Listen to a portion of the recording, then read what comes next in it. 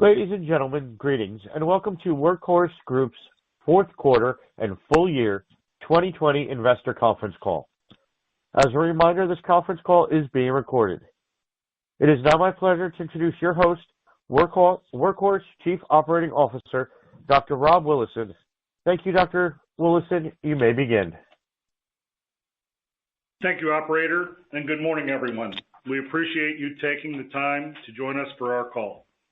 Before the market opened, we issued a press release with all our results for the fourth quarter and for the year ended December 31st, 2020, a copy of which is in the investor relations section of our website. We also released our Form 10-K this morning. I'm going to turn the call over to our CFO, Steve Schrader, in a few moments, and Steve will walk us through our financial results for the quarter and for the full year. After that, our CEO, Dwayne Hughes, will give you an update on our business and provide an outlook for the year ahead. But before we begin, I want to call your attention to our safe harbor provision for forward-looking statements that is posted on our website and as part of our quarterly update. The safe harbor provision identifies risk factors that may cause actual results to differ materially from the content of our forward-looking statements. Our 2020 Form 10-K and other periodic filings on file with the SEC provide further detail about the risk factors related to our business. And with that, I would like to turn the call over to our CFO, Steve Schrader. Steve? Thanks, Rob, and thank you to all who are joining us for today's call. This morning, we issued a press release which discusses the results of our operations for the quarter. Additionally, as Rob just mentioned, our Form 10-K was also filed today. I recommend going through both materials to get more color on some of the information being discussed today. Now to our financial results for the fourth quarter and full year ended December 31st, 2020.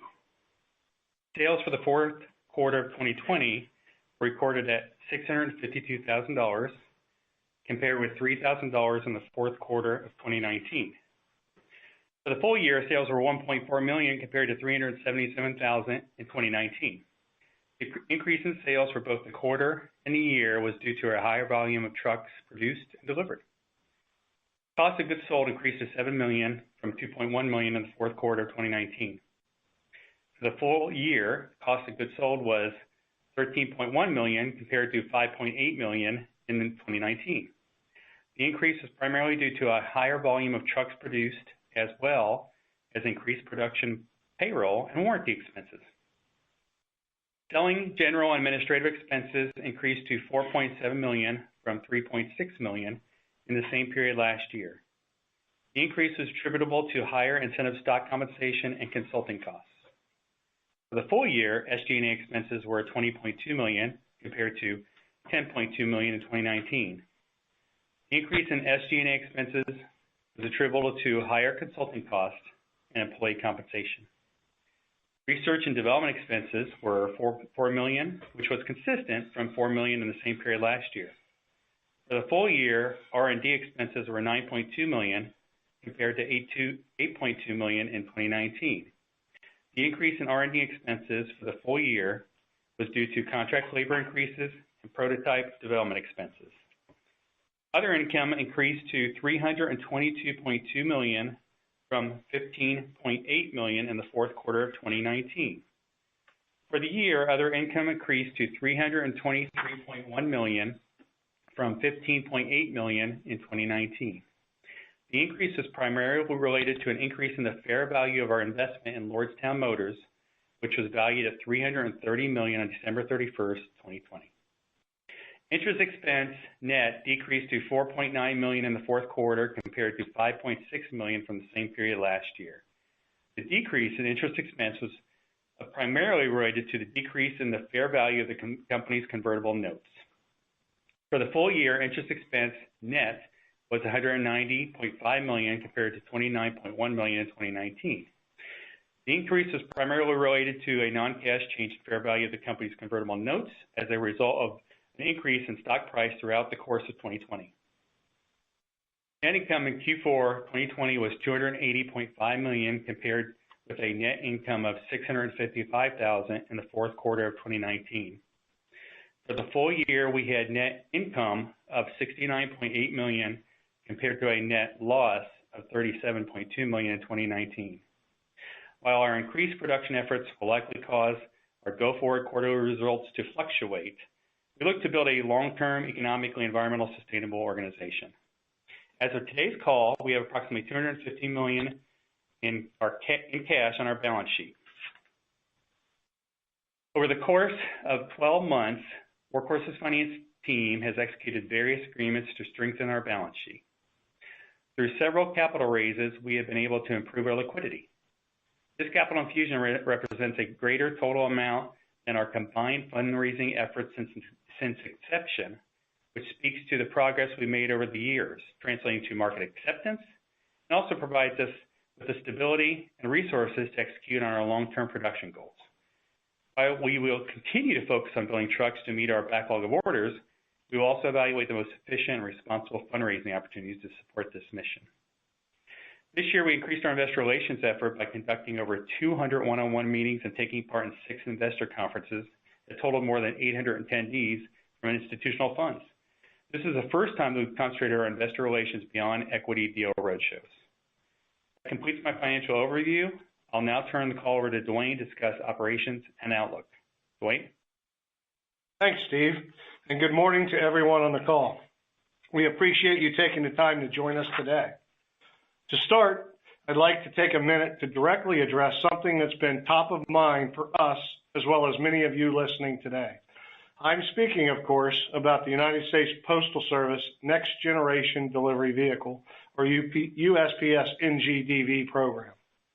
As many of you are well aware, last Tuesday, the Postal Service issued a press release announcing that it had made an award under the NGDV contract to a competing finalist. This is not the result we had anticipated or hoped for, and we appreciate the interest of the many stakeholders who've reached out to better understand the decision-making process as well as any potential next steps.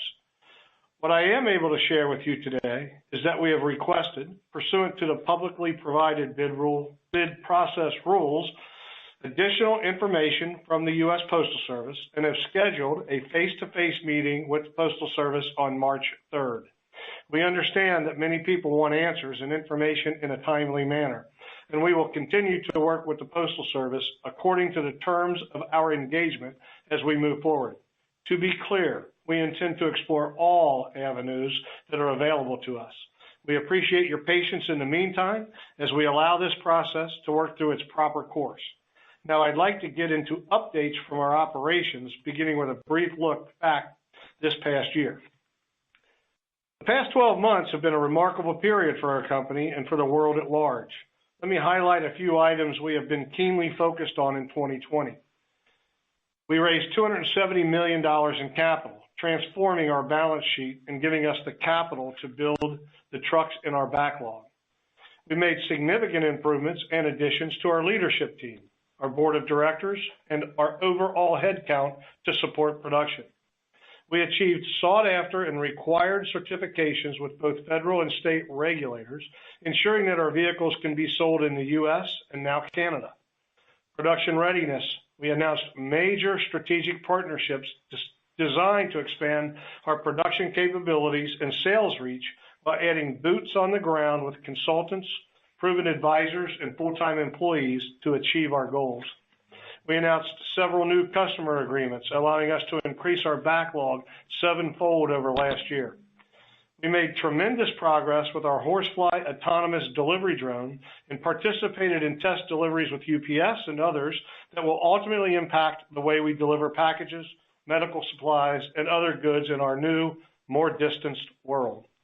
We were approved for the rigorous FAA type certification process. Needless to say, it's been an incredible year for us, and I'm both proud and grateful for the efforts of our employees who continue to dedicate themselves to our mission of changing last-mile delivery, even in the face of a pandemic. As noted on our last call, in November, our operations were unfortunately impacted by a COVID-19 outbreak among our staff. Over the period of October 26, 2020 to January 29, 2021, we partnered with the Hamilton County Health Department to contact trace more than 30 confirmed cases of COVID-19. As a result, we were able to safely manage our employees and contractors and get them back into the workplace. We significantly enhanced our daily cleaning and personal protection habits, following all recommended CDC and local health department guidelines. In addition, we also participated in a webinar offered by the health department to ensure we had shored up any areas for improvement. Here again, we worked daily on protocols creating a safe environment for our employees and outside individuals.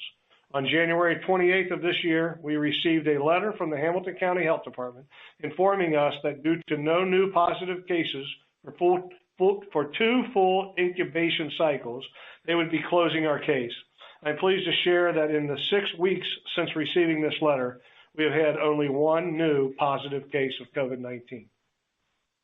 As of today, while we believe we are past these issues that were presented by the virus, we are still continuing to take all appropriate measures following state and federal guidelines, including self-monitoring, taking temperatures, mask wearing, social distancing, and routine hand washing, and are adding further procedures as we adapt to this ever-changing environment. These measures include increasing our professional sterilization and disinfection services as part of our daily janitorial services throughout the day. In the face of these new hurdles, we still continue to make progress on the recruiting front as well. Our large-scale manufacturing plan requires we rapidly increase our workforce to support these efforts. In November 2020, we had roughly 90 employees. Today, we have almost doubled our employee count to 170 strong, which has been augmented by third-party services such as Hitachi and Belcan, in addition to our internal hiring efforts. All told, we are 200 plus people strong. Another necessary but important step in our plan to reach scaled production is on the regulatory front. In 2020, we were able to successfully navigate through the U.S. Environmental Protection Agency and the California Air Resource Board for our 2021 C-Series vehicles. Our C-Series vehicles, like the vehicles from any commercial EV operator, have to pass a number of regulatory hurdles, both on the state and federal level, in order to operate on U.S. and Canadian roads. These certifications, while all meaningful in their own right, represent a significant undertaking on the part of the applicant. Having completed all requirements for nationwide sales and road readiness, we believe our current standing has us firmly in an early leadership position.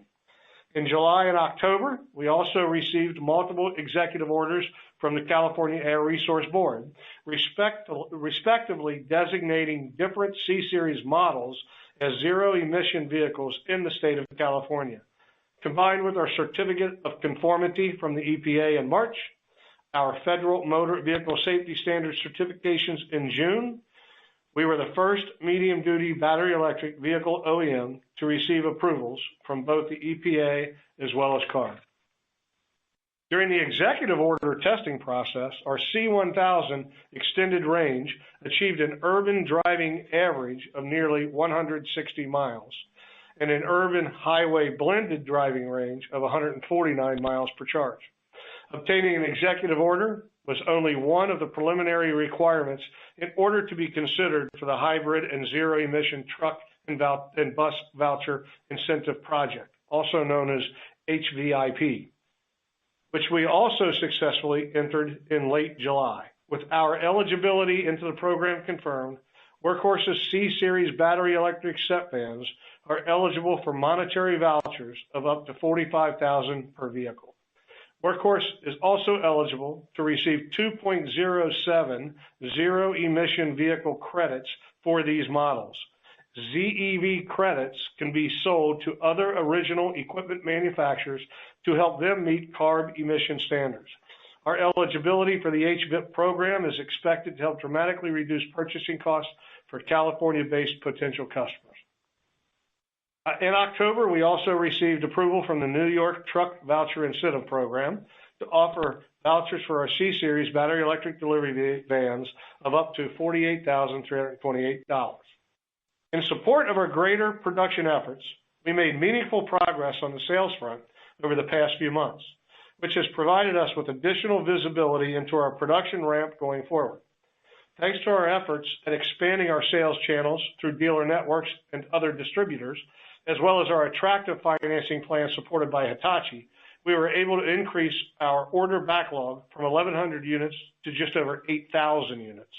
In November, Pritchard Companies placed a 500-unit order for our C1000 electric delivery vans, while the Pride Group, headquartered in Canada, most recently placed a 6,320-unit order that includes both C1000 and C650 electric vehicles. Combined, the total value of these two purchases equates to over $600 million in sales. We expect the first deliveries to Pride customers by as early as July of this year.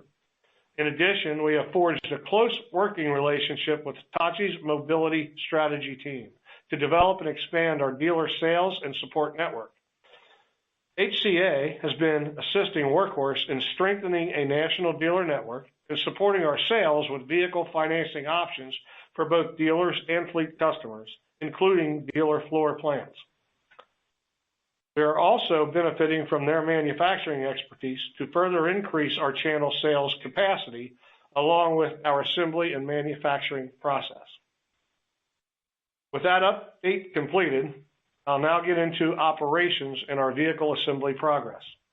Limited production of C-Series vehicles continued in both the fourth quarter of 2020 and the first quarter of 2021. Units were delivered to our premier customer base, including Pritchard Automotive Companies, and to one of our newer customers, an international home and office retailer, which we were able to garner through our dealer network relationship with Fluid Trucks. I'd like to spend a few minutes to talk about Pritchard. Not only have they committed to purchasing 500 vehicles, but they are also playing a key role in creating efficient and cost-effective distribution channels for us.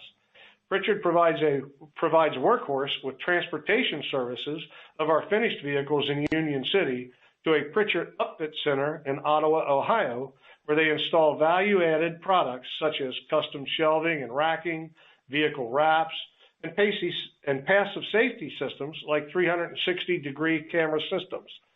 Their custom-built lowboy trailers can transport two Workhorse C1000 vehicles at the same time, which effectively cuts our transport costs in half. Furthermore, Pritchard is assisting with our branding and marketing efforts, as reflected by our current engagement through the purpose-built national campaign that started in Tampa, Florida, at the Super Bowl, and is planning to continue over the next several months through more than 20 major cities in the U.S.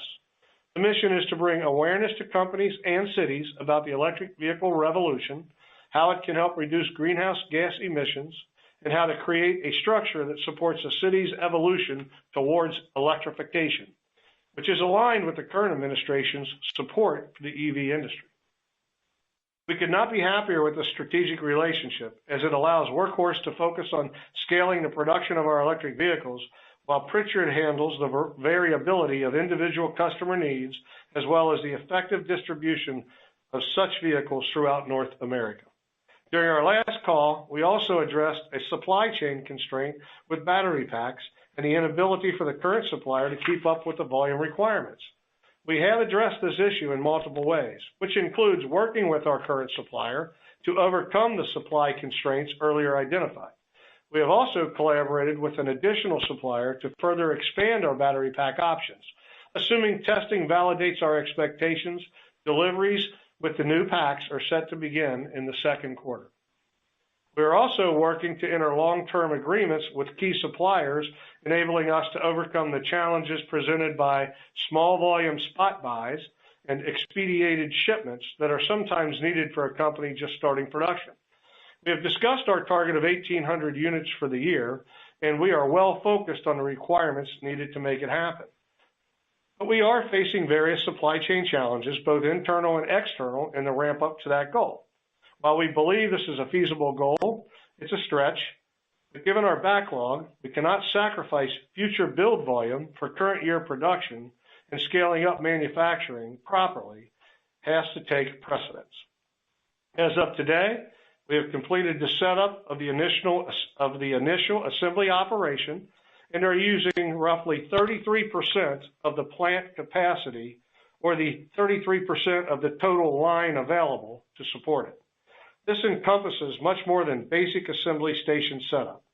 We have new hires in place to support the growing volume of daily vehicle production, and they have upgraded the assembly equipment on the line to make the manufacturing process even more efficient.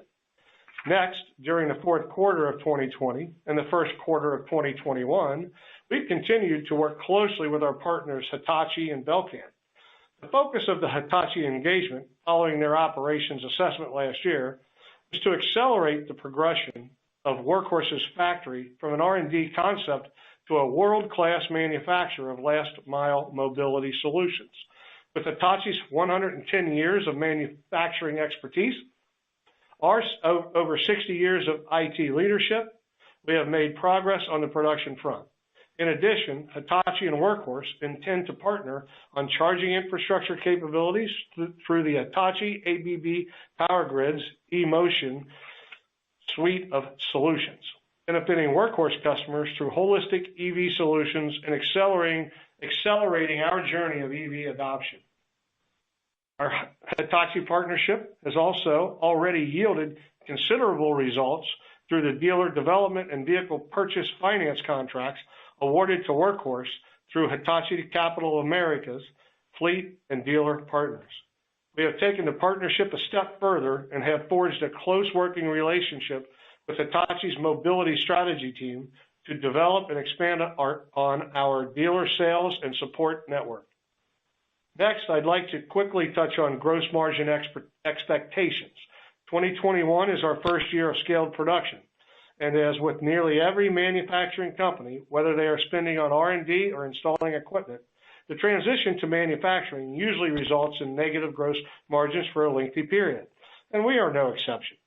As I mentioned earlier, during our battery supplier discussion, we have a roadmap to lower our material cost through competitive sourcing, engineering improvements, and adding automation to the assembly line. But it will take time to achieve. Therefore, it is fair expectation to expect substantial negative gross margins for 2021. Our engineering team has continued the development of the C-Series platform as we identify enhancements and change requests from our blue-chip customer base. Our research and development activity has focused on improving the new model year C-Series, including enhancements needed to support production assembly efficiency, material component availability, cost reduction, and customer feedback. These new revisions incorporate an aluminum skateboard chassis, which improves the options we have to expand our production capabilities and our sales growth through expanded channels that include specialty bodybuilders and other third-party upfitters. In addition to the headcount previously discussed, we also added 3 new members to the executive team. First, John Graver, who leads the development of the Horsefly program. Second, as announced via press release last month, we also brought on Chris Nord as our new Vice President of Commercial Development. Chris comes to us from Ryder, one of our major sales and maintenance partners, where he was Senior Director of Advanced Vehicle Technology and Energy Products. In his new role, Chris will be focused on augmenting and expanding Workhorse's sales and support infrastructure. He brings deep advanced technology vehicle experience and will be invaluable as we continue to build production of our C-Series all-electric vehicles and expand our reach into new markets. And third is our new Human Resources Director, Susan Pelly. Susan has already established herself as a valuable member of the leadership team, particularly with our emphasis on quality and quantity of new hires. I'd now like to provide an update on our newly monikered aerospace division and Horsefly drone business. Safe, reliable, and efficient operations drive everything we do in the last mile space. Reducing or eliminating fossil fuels in package delivery is important, but just as important is matching the total energy expended to only that which is required to do the job. As part of our last mile solution set, 4 years ago, Workhorse started developing the Horsefly delivery system.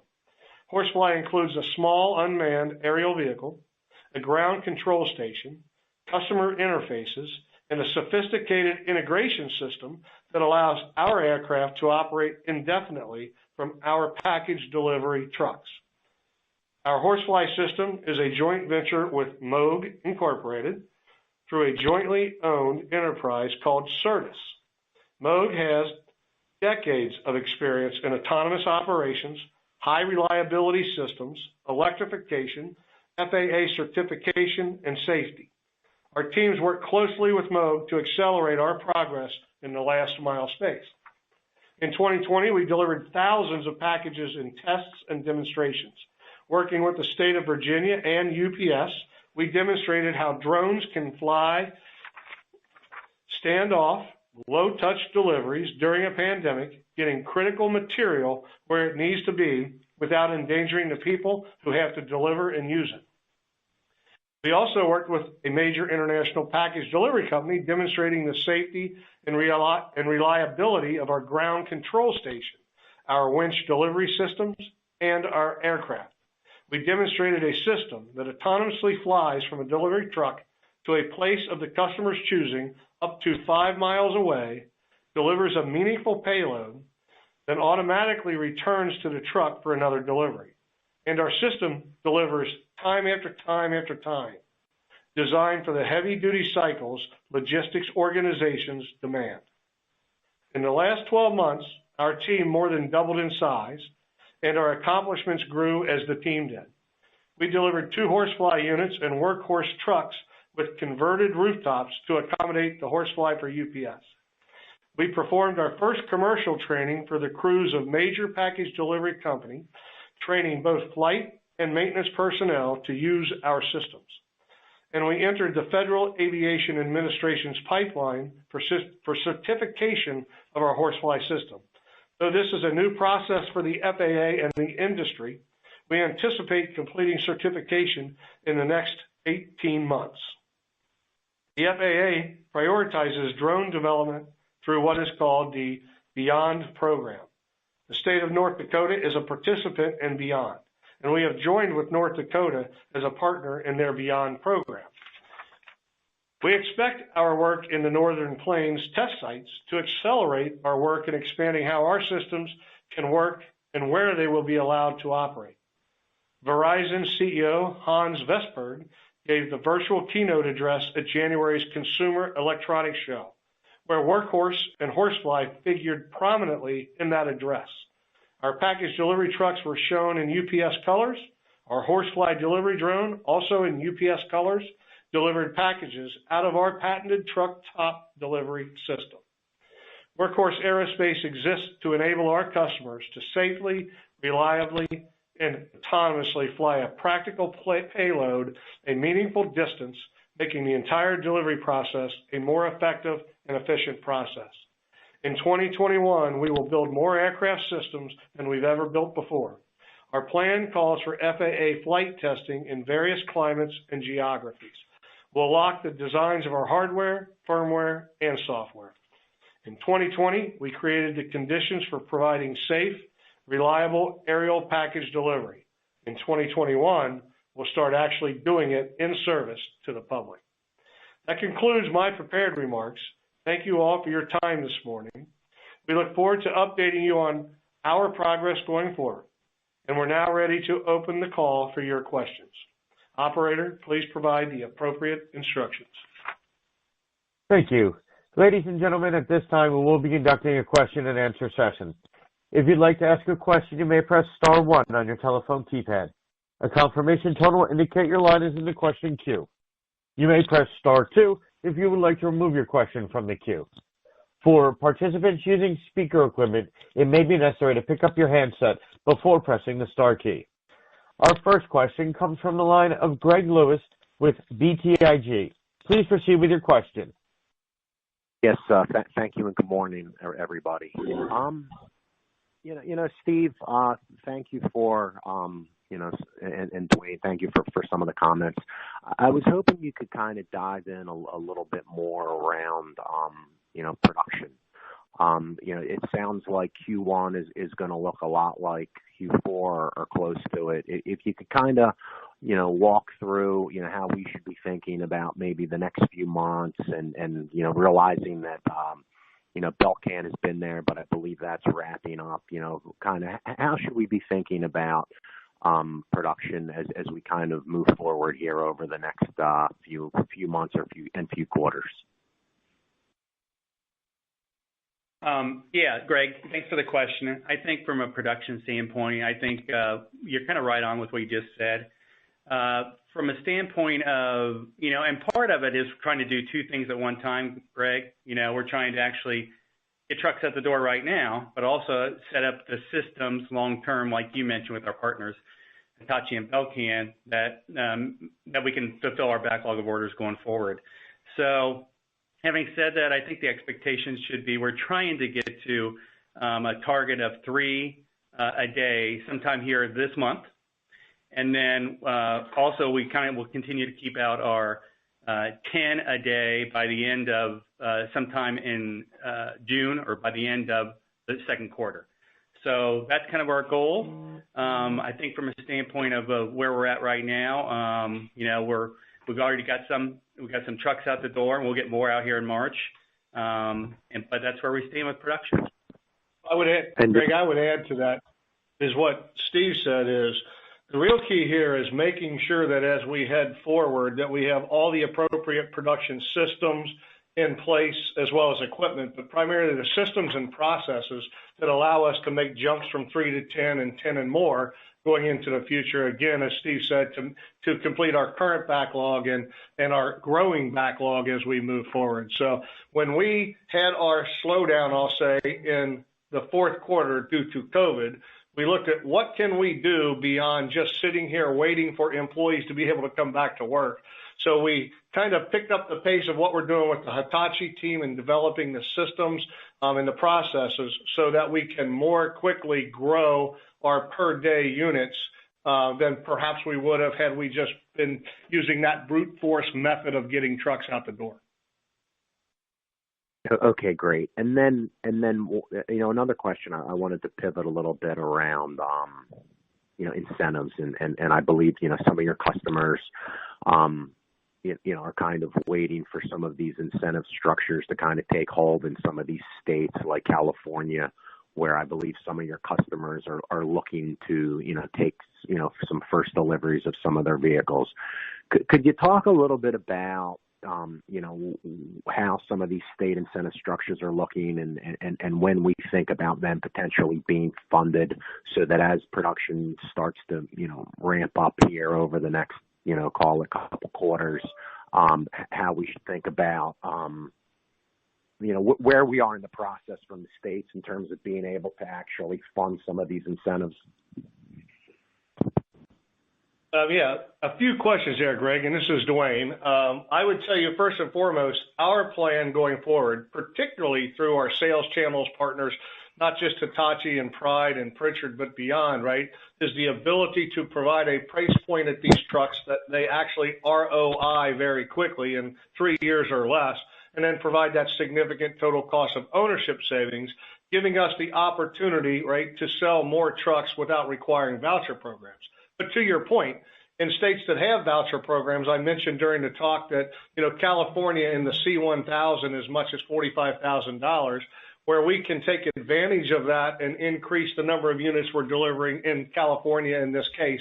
I'm sure there will be fleets who want to take advantage of that.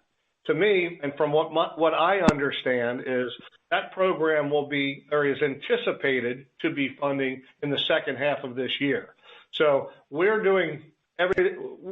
making concerted efforts at using our sales channels partners to find those customers that aren't necessarily in a voucher state where we can deliver these vehicles without requiring that voucher program, which is, what you're seeing in the 8,000 backlog now and what you'll see in the future as we continue to add new customers. I should say this, right?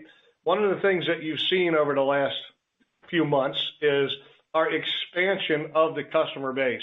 Rather than relying on 1 or 2 or maybe 3 of the largest logistics last mile companies out there, is we are now working through channels that allow us to reach, let's call them some of the smaller fleets, but also the largest fleets across multiple countries. So, we're really paying attention to how this voucher money is coming about, how it's being competed for against the COVID pandemic, the things that are slowing it down, and how we can address that market without requiring the vouchers. Okay, perfect. Hey, gentlemen, thank you very much for the time. Great job. Thank you, Greg. Our next question comes from the line of Colin Rusch with Oppenheimer. Please proceed with your question. Thanks so much, guys. Could we just get a little bit more detail about some of the elements in the supply chain that are proving cumbersome for you guys? You want to just get a sense of how much of a bottleneck that might be on a go-forward basis, besides the battery packs, obviously. Yeah, I think and what I said during my talking points where we were talking about the external supply chain related issues, one is a very common one we've known about, that's affected all other OEMs, right, being the microchip piece, right? That's impacted a couple of segments, whether it's steering racks or body control modules, things like that. Obviously, the components that need microchips. Now, we've done a good job now of finding additional sources to alleviate or overcome those shortages. But then I also talked about those internal hurdles, and those internal hurdles I already spoke about that relate back to putting systems and processes in place in the plant to allow us to, I'll say, speed up our ability to move to a larger number of units per day. And so while there's, components out there and in some cases not much visibility in those components, some of the ones that about, again, like the microchip and so on, have impacted us. But again, because of our limited volumes today, right, we can continue to get trucks out. We don't have to shut everything down. But we're looking for the ability that once we have the systems and processes in place to more quickly adjust to the ability to build trucks without having to deal with supply chain related issues. Excellent. And then just in terms of the sales process, obviously there's been a handful of announcements from some larger OEMs moving into the delivery van space. But can you talk a little bit about some of the sales dynamics in terms of time to actually contracting volumes, some of the discussions around pricing now that there's just a bit more competition in the space?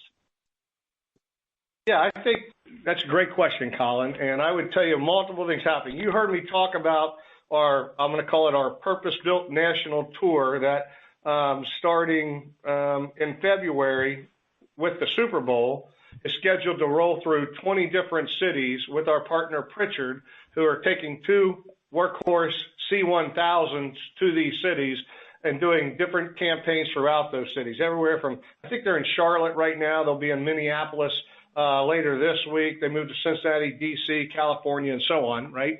That is one way we're able to get the message out with a demonstrable proof of performance concept, actually delivering products from partners that if you go back and see a few of the videos that were out there, you'll see how that campaign is able to, I'll say, bring the Workhorse name more awareness, what we do in this last mile delivery segment. The other piece is the differentiators of the vehicles themselves, which really help sell the vehicle to, in our case, last mile delivery fleets.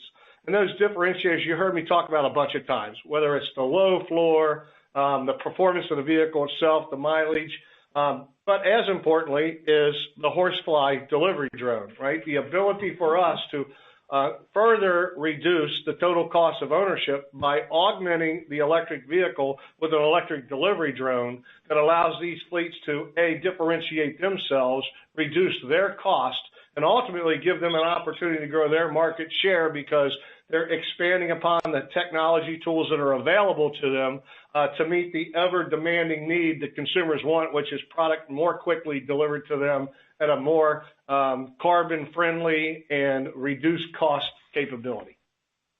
Great. Thanks so much, guys. Thank you, Colin. Our next question comes from the line of Craig Irwin with Roth Capital Partners. Please proceed with your question. Good morning, and thanks for taking my questions.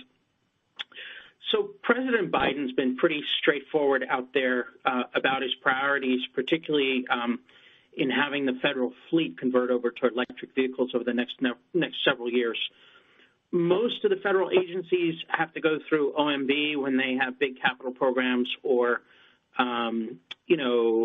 big policies that are up for regular reinstatement, publishing in the Federal Register. It seems, the Postmaster General has a slightly different situation where he is not really accountable to the president the way that others are in the other federal agencies. Given that post office has to file a 10K and he answers to a board. Can you maybe talk a little bit about the line of accountability in the post office as far as following federal rules, and the line of accountability as far as following presidential priorities? Any comments there would be really helpful. I probably can't speak as deeply as others can to this, but to your point, the Postmaster General reports to a Board of Governors, and that Board of Governors today, I believe, at least 3 of which were appointed by President Trump or former President Trump. And just in the recent news yesterday, I think I read that Biden had appointed 3 new people to that Board of Governors, which will fill it out to, I believe, all 9 seats. So clearly, in my opinion, due to the award and the decision being made to go basically combustion engine vehicles in the fleet at the post office, and Biden having signed his executive order to take the 645,000 fleet of government vehicles all electric, I think what we're seeing is a speed up in what President Biden is doing to put the Board of Governors together in such a way to support his plan going forward. So I'm probably getting the news just like you are, directly from the public, as well as the things that we're doing to follow up with the current situation ourselves and how we're getting educated. But you're right. The Postmaster General does not take orders directly from the president. It comes from a Board of Governors. However, that Board of Governors can be affected by the president and how he seats people on that board. Understood. Thank you for that. So my next question is, DeJoy gave testimony in the last couple of weeks where he seemed a little confused. He said that electric vehicles don't really have a maintenance benefit over combustion engine vehicles, which seems somewhat ludicrous in my view. Most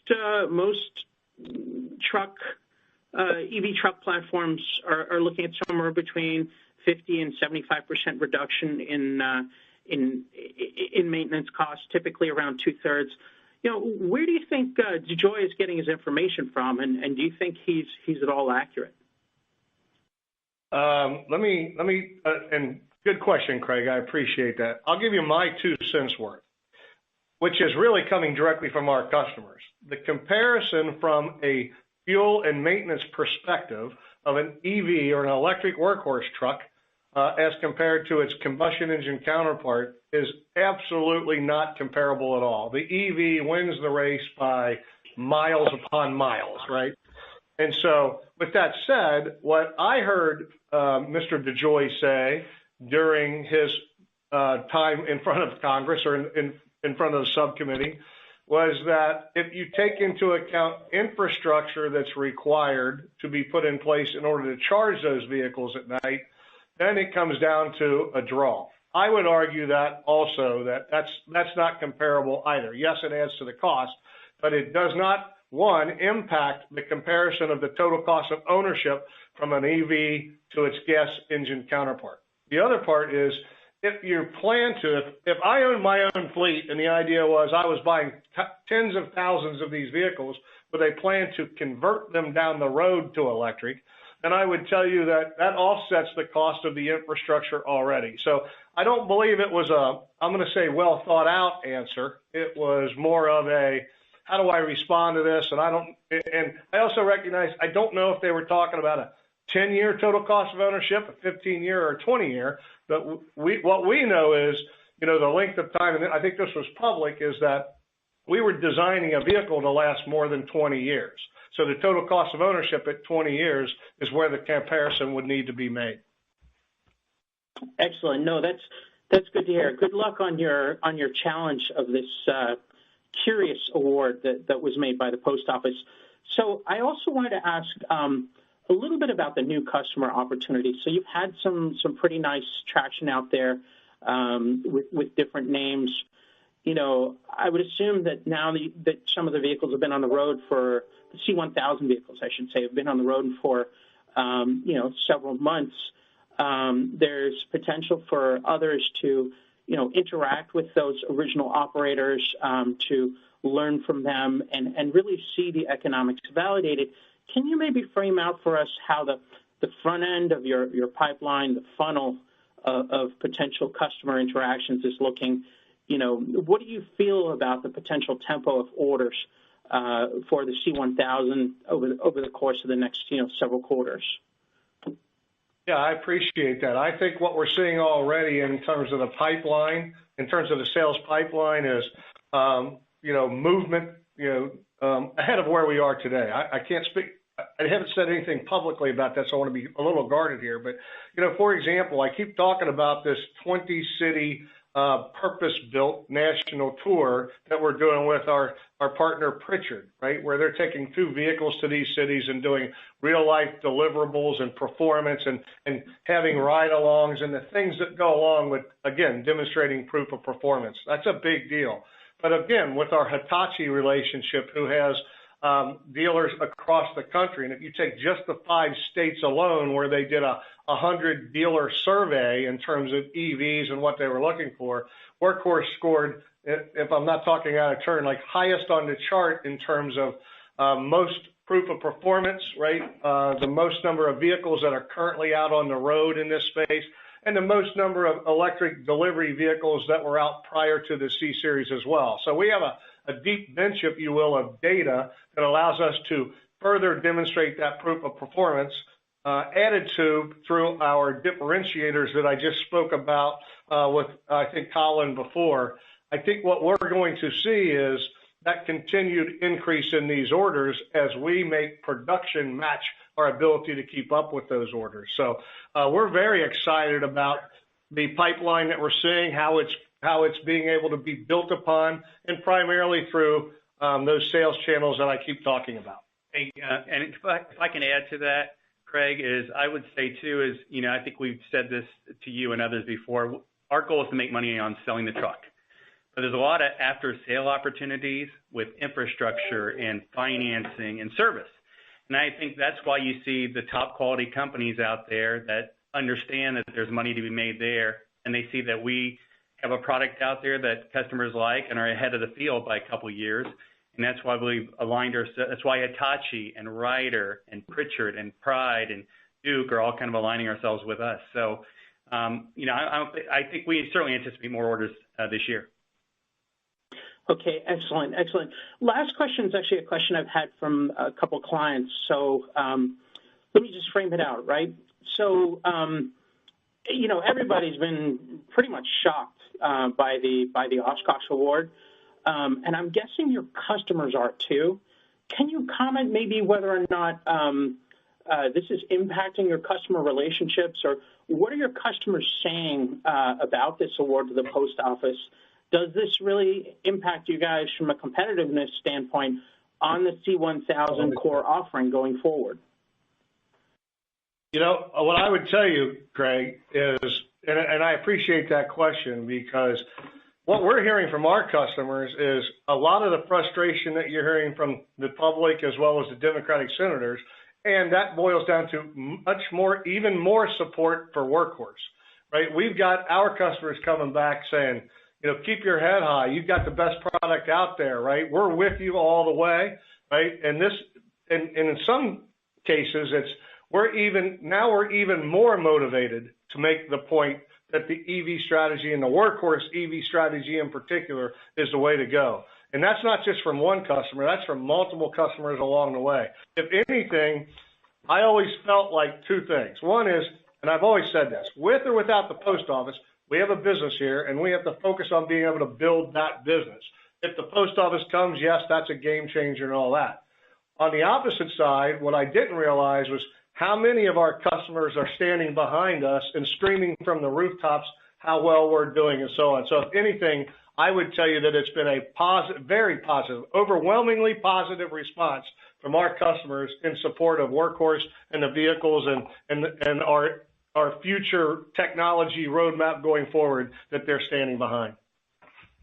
Okay, and then last question is really just the confirmation. Do we know for a fact in black and white somewhere maybe that there was no other EV or hybrid submitted in the entire RFQ process for this procurement at the post office, and that for a fact that the addition was last minute from Oshkosh? Look, all I can speak to is that because we are still technically under NDA with the post offices. We do know through reporting like trucks.com, the Freightways, all the other media, and the attention they got is yes, there was the Oshkosh Morgan Olson hybrid, right? And then there was the Oshkosh combustion engine Ford Transit, and then there was our vehicle. So we are not aware of any other vehicle that went through, that were of the finalists that went through the durability testing process, but I cannot speak to what RFPs were delivered. I'm not aware of any other RFPs being delivered to the post office, nor am I aware of what the competitors' RFPs said that they would deliver. But I can tell you that our RFP stuck to our stripes, and what we sent through durability testing, sure, we may enhance it a little from those learnings, right, and or from the newer technology that's even available to us today. But we stuck to our stripes. We gave them an RFP that was based upon the 6 prototype vehicles that we delivered to them back in back in 16-17 timeframe.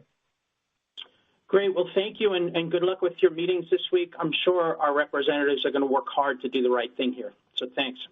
I appreciate that, Craig. Thank you. Our next question comes from the line of Mike Slisky with Collier Securities. Please proceed with your question. Hey, good morning, guys. Good morning. Morning. So I want to follow quickly on the Postal Service contract. I mean, Oshkosh has, made an investment in an EV battery supplier. Oshkosh is working with Ford, which is going to be introducing the 4E Transit in the next couple of months. I guess, if the USPS does ask for this whole thing to go EV or mostly EV in the future, do you think Oshkosh can deliver an EV if they were asked to do so? I can't speak to what Oshkosh's capabilities are. I would just say, as a defense contractor in the business that they do, they're good at what they do, right? But I would turn it the other way and say, but I know right now that we are, without a doubt in my mind, right, the most competent EV maker in the last mile delivery space. First of all, the last mile delivery space, as we all know, is not like putting any other vehicle out on the road. When you have a vehicle that's going to go anywhere from 18 miles a day to 300 miles a day, let's call it, and it's going to stop many, many, many hundreds of times throughout that duty cycle, that puts a lot of different demands on a vehicle than does perhaps a military vehicle and or even a fire truck, an ambulance, other things. So we know that our many years of experience working with the blue chip customers we work with, we have substantial amounts of learnings that has allowed us to design last mile delivery vehicles that not just outperform anybody else we've seen to date, right? But also are built for the future, meaning our vehicles adapt to the future as the future changes. So whether it's with the idea of autonomous drive, we started autonomous by adding a drone, an autonomous delivery drone to the top, right? It's crawl, walk, run. So we feel like we are the best solution for anybody who wants to take a fleet all electric, particularly in the last mile delivery space. Okay, great. And then I wanted to ask secondly about the California program that's out there. It's a pretty fixed pie. There's a fixed amount of funding that they want to put out there, and then a fixed amount that you can get. So eventually the pie could run out. And there's been so many more competitors in the EV space, and it seems like adoption is kind of rolling up here and doing a lot better, but the same pie. So I'm curious, do you have any feel for how much what amount they might fund the HVIP program for this year and for next, and will they be increasing it with a number of competitors that are currently in the EV market? This is Dwayne again. Thanks again for the question. I don't have an idea of what the fund will be. I guess if you look back historically, you could probably use that as a judgment call. However, we do know that the COVID pandemic has impacted these programs because money's going for other purposes. The same as you see things like the stack up of, parts at ports right now because it's more important that COVID pandemic things get put on those ships and brought over here than necessarily components like microchips and so on. But I guess what I'm saying to that is, I don't know the amount they're going to fund, but I do know they have altered the program. So rather than having 100 units dedicated to a fleet, they're only going to have 30 units dedicated per fleet. And that's why our focus is on not requiring a voucher to make sense, pencil out, right, provide the right ROI and the substantial total cost of ownership savings. Again, however, whatever money is available that we are able to garner on behalf of our fleet customers, or they can actually garner for themselves, we will use it and take advantage of that. But we are building a business plan that does not require the voucher.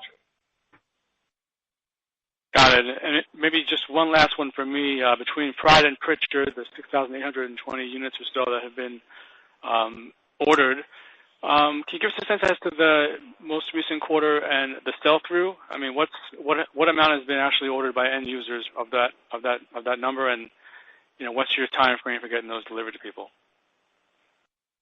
Sure.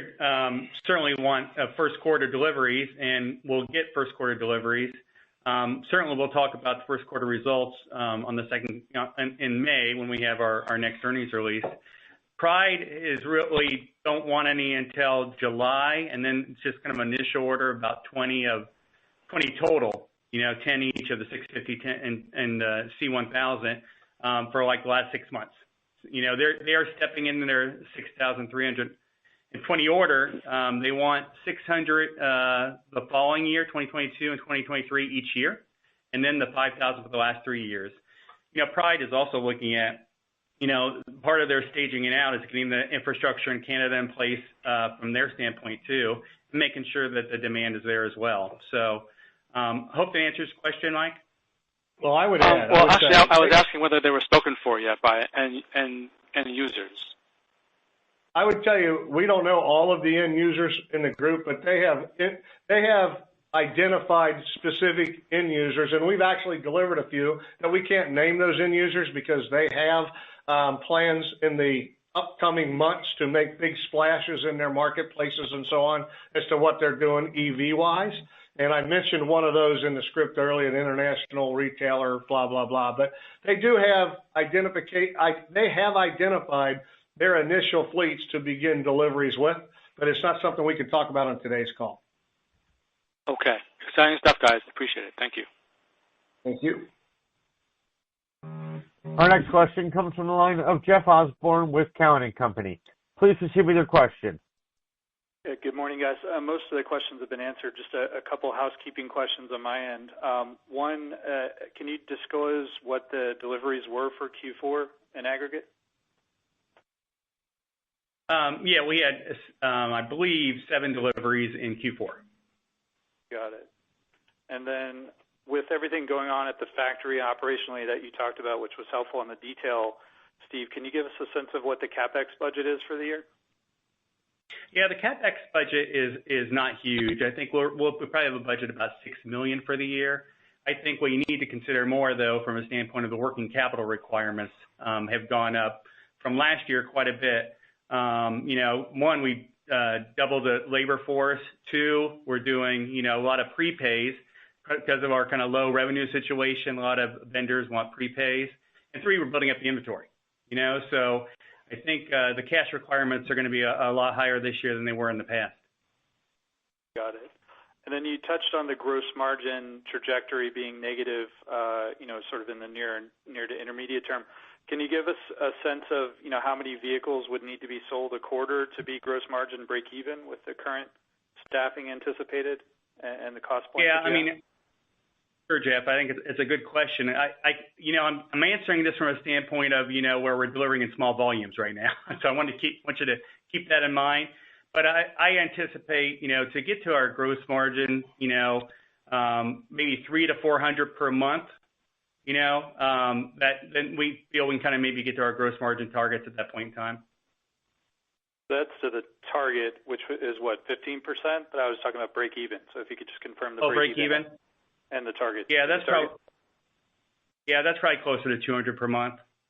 Okay. But, we're going to go through, just like any other manufacturing company, we're going to struggle this year to get that gross margin even positive, and don't anticipate going positive this year. So it's, we're doing it like every other manufacturing company when you go from R&D or installing equipment to actually putting out the product. Got it. And my last question, not sure if you can touch on this, but you were helpful with Craig as it relates to the post office and some of the dynamics there. You alluded to in the script of exploring all avenues. Can you just talk about what those avenues are above and beyond the meeting on the 3rd?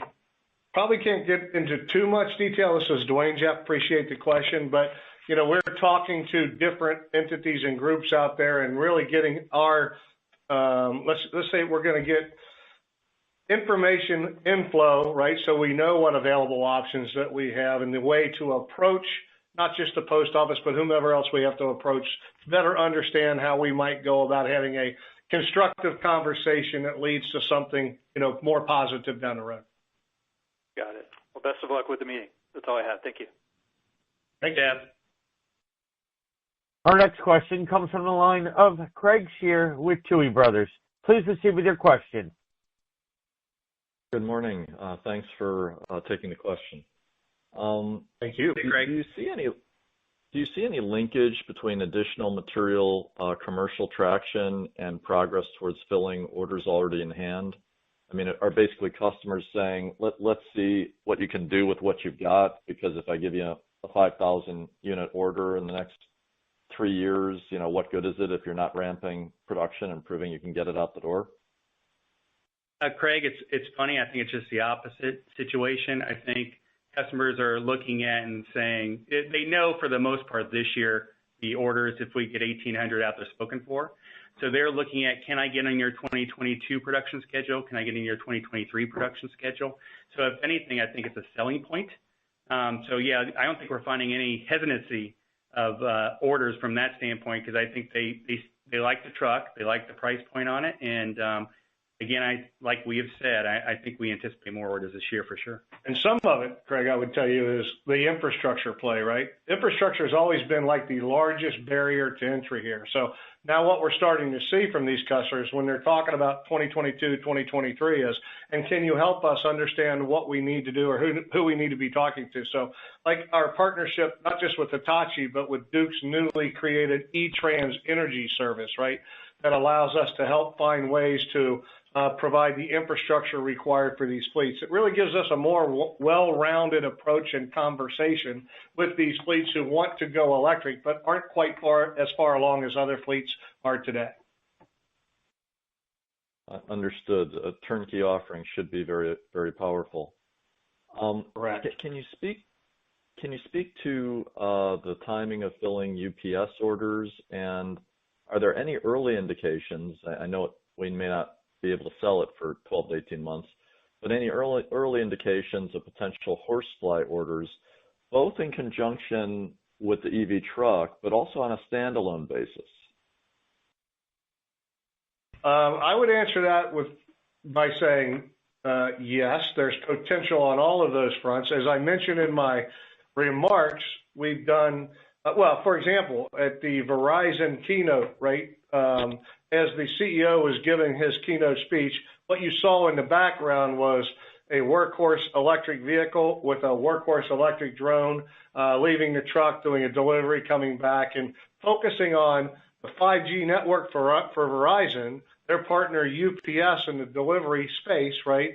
And we, the Workhorse technology behind the scenes, bringing that to fruition, if you will, both by using 5G wireless capability with our drone as well as what we do for UPS. So yes, I would anticipate seeing more business to be had. Of course, there's relationships and there's contracts and things that have to be done, but we are, working towards making sure we can, fulfill our technology with many different customers and fleets. To that point, the drone, while a key differentiator for our truck side of the business, is the truck launched and landing capability. Our drone is designed to not require a truck. It can go from a parking lot, a rooftop, or virtually any setting, right, that would require deliveries to be made. In the past, we've done things from, the CVS's of the world's parking lots and so on as test environments, right? We do these things, what we did in Virginia, right, in April of last year as the pandemic was announced. So yeah, we feel that we have a very strong business case for the drone, not only to help us sell more trucks, but to be its own standalone business as well. I guess I was looking for a couple of things. One is, if I'm not mistaken, of those actually produced and delivered in the third quarter, none went to UPS. I'm trying to get a sense of when the UPS deliveries will start ramping. And I'm also trying to get a sense of your expectation. I know this is kind of in the future of, say, the percentage of your C1000s that would likely be taking the integrated horsefly once it's fully approved, and if you've gotten any kind of body language from potential customers about the potential size of standalone orders.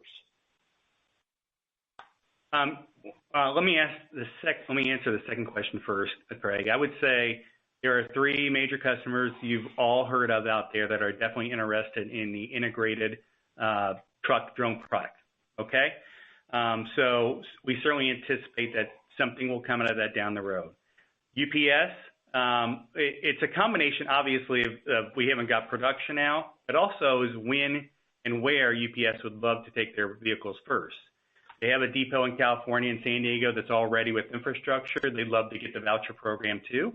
So ideally, I think their first trucks would ideally go to California. Now, somewhat, we're already talking about the HVIP program and how, when that will get funded. So it's somewhat dependent. We assume for the most part, if that is not funded or, they can't get vouchers, but we have production and trucks ready to deliver them, we anticipate they would want to take them then as well. Okay, great. And any quick updates about your refrigerated truck R&D effort? Yeah, this is Rob Willison. We're beginning a build of a test mule. We have a board of advisors that are helping us coach through the configurations and innovations. It's no small task to make a refrigerated vehicle with a diesel. It's even more daunting to make it electric, but I think we have a good path forward. So we're beginning a mule build on that. We'll begin to take it through some testing throughout this year, and that's on track as well. I do want to make a comment about infrastructure, though. Our vehicles, especially for fleet, can be charged on level 2. And what you've heard from other fleet manufacturers about fast charge and the cost of fast charge infrastructure, very expensive as far as the chargers as well as the amount of electricity needed.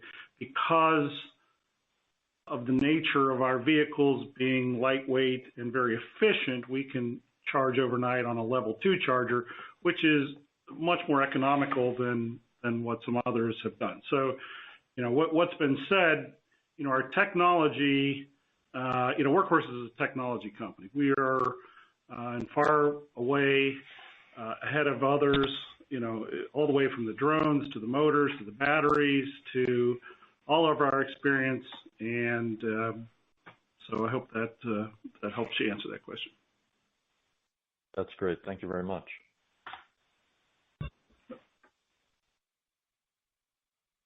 At this time, this concludes the company's question and answer session. If your question was not taken, you may contact Workhorse's investor relations team at WKHS@gatewayir.com. I'd now like to turn the call back over to Mr. Hughes for his closing remarks. Well, thank you again for joining us on our call today. I especially want to thank our employees, our partners, our investors, and all of our support folks behind us. We appreciate your continued interest in Workhorse, and we look forward to updating you on our next call. Thank you, operator. Ladies and gentlemen, this does conclude today's teleconference. Thank you for your participation. You may disconnect your lines at this time, and have a wonderful day.